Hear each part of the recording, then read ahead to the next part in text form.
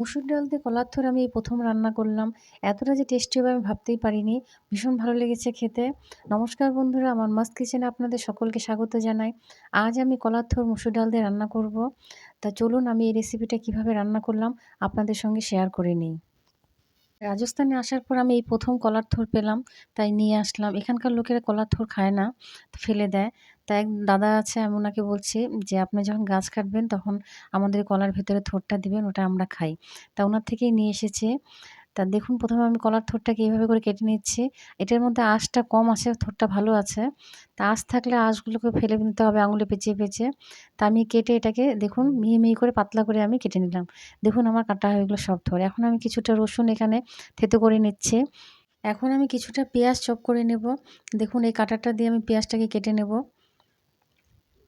দেখুন পেঁয়াজটা কাটা হয়ে গেলে এখন আমি কিছুটা টমেটো এর মধ্যে কেটে নেব। দেখুন টমেটোগুলো আমি একদম পাতলা করে চপ করে নেব এখানে। টমেটোটা আমার কাটা হয়ে গেল।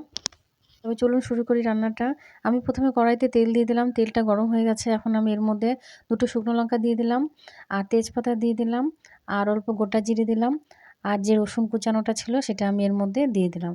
দিয়ে আমি রসুনটাকে ভালো করে ভেজে নেব। রসুনটা অল্প লাল করে ভাজা হয়ে গেলে এর মধ্যে আমি কাটা পেঁয়াজটা দিয়ে দেব। দেখুন পেঁয়াজটা দিয়ে পেঁয়াজটাকেও আমি অল্প লাল করে ভেজে নেব। এখন আমি এর মধ্যে অল্প লবণ দিয়ে দিলাম ১ চামচের মতন। তারপরে আমি এটাকে অল্প ভেজে এর মধ্যে টমেটো কুচিটা দিয়ে দেব। দেখুন টমেটো দিয়ে আমি এটাকে ভালো করে ভেজে নেব। আমার রেসিপিগুলো আপনাদের কেমন লাগে অবশ্যই জানাবেন। ভালো লাগলে একটা লাইক করে দিবেন ছোট্ট করে, আর আমার চ্যানেলটাকে সাবস্ক্রাইব করে দিয়েন। এখন আমি এর মধ্যে হলুদ গুঁড়ো দেবো ১ চামচ, লঙ্কার গুঁড়ো দেবো ১ চামচ, ধনে গুঁড়ো দেবো ১ চামচ এবং জিরের গুঁড়ো দেবো ১ চামচ। দিয়ে আমি এই মশলাটাকে ভালো করে ভেজে নেব। মশলাটাকে ভালো করে ভেজে নিয়ে তারপরে যে আমার কলার থোড়টা রাখা ছিল সেই থোড়টাকে আমি এখন এর মধ্যে দিয়ে দেব। দিয়ে এটাকে অল্প নেড়েচেড়ে আমি মসুর ডালটা এর মধ্যে দিয়ে দেব। তা দেখুন আমি কলার থোড়টাকে অল্প ভেজে নিচ্ছি। তো অল্প ভাজা হয়ে গেছে আমার এখন। এখন আমি এর মধ্যে দেখুন মসুর ডালটা দিয়ে দিলাম। মসুর ডালটা আমি ধুয়ে রেখে দিয়েছিলাম। তা আমি এখন মসুর ডালটা দিয়ে দিলাম। দিয়ে আমি এর মধ্যে অল্প জল দিয়ে এটা ঢাকা দিয়ে দেবো। এটা আস্তে, আস্তে এটা হতে থাকবে। মসুর ডাল দিয়ে কলার থোড় আমি এই ১ম রান্না করলাম। এর আগে রান্না করেছি কিন্তু মসুর ডাল দিয়ে করিনি। আর এটা যে খেতে এতটা ভালো লাগবে আমি ভাবতেও পারিনি।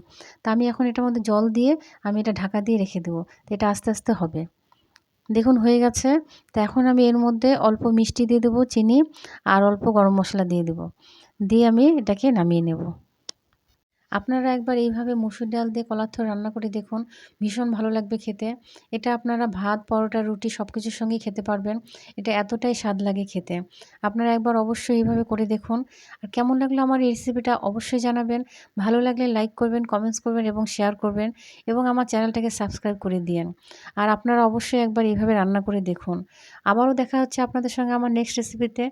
নমস্কার।